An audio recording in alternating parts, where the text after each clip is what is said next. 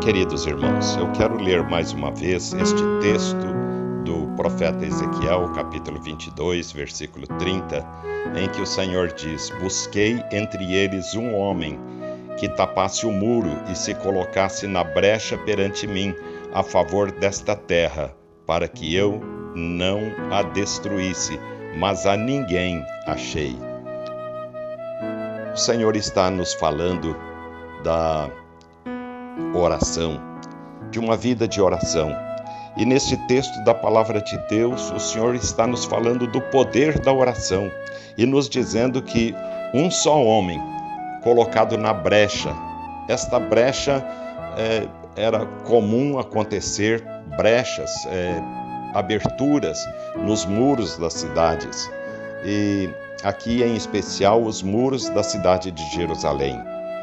Mas o Senhor não está falando dos muros físicos, dos muros que circundavam a cidade de Jerusalém, muros que estão lá construídos até os dias de hoje, mas o Senhor está falando dos muros que nos cercam e nos protegem a nossa vida espiritual. E o Senhor está nos falando de brecha. Brecha nos faz lembrar uma porta entreaberta. Uma porta que não está nem aberta e nem fechada, mas entreaberta.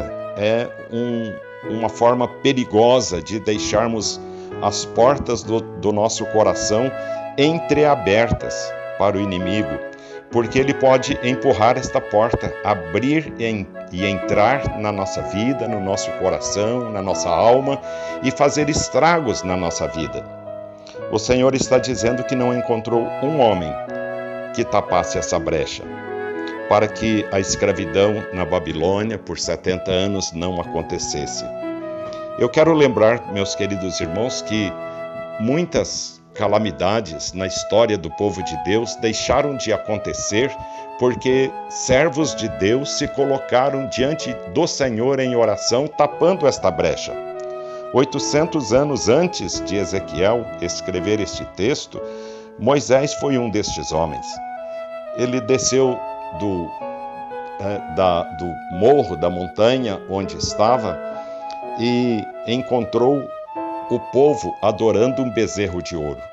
O Senhor iria destruir aquele povo e propôs a Moisés que destruiria aquele povo e faria dele, de Moisés, uma nova nação.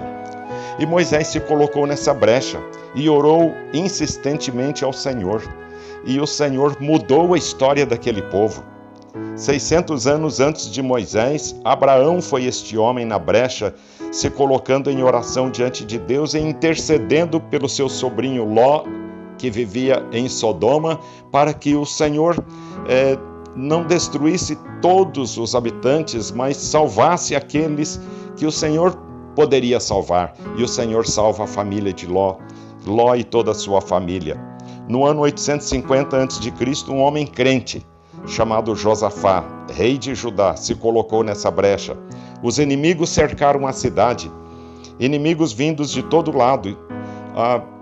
O povo de Deus seria totalmente destruído, porque não podia contra eles. E Josafá se colocou nessa brecha, tapando a brecha, rogando ao Senhor que protegesse o seu povo, que livrasse o seu povo dos seus inimigos, e o Senhor os livrou. Hoje, meus queridos irmãos, o Senhor continua procurando homens e mulheres de oração para fechar as portas para o inimigo. E este homem e esta mulher pode estar aqui, pode ser você que está me ouvindo agora. O Senhor busca homens e mulheres de oração nas igrejas, na nossa vida, dentro das nossas casas, e nós poderemos ser um destes homens e mulheres que tapem esta brecha, que se coloquem diante de Deus em oração.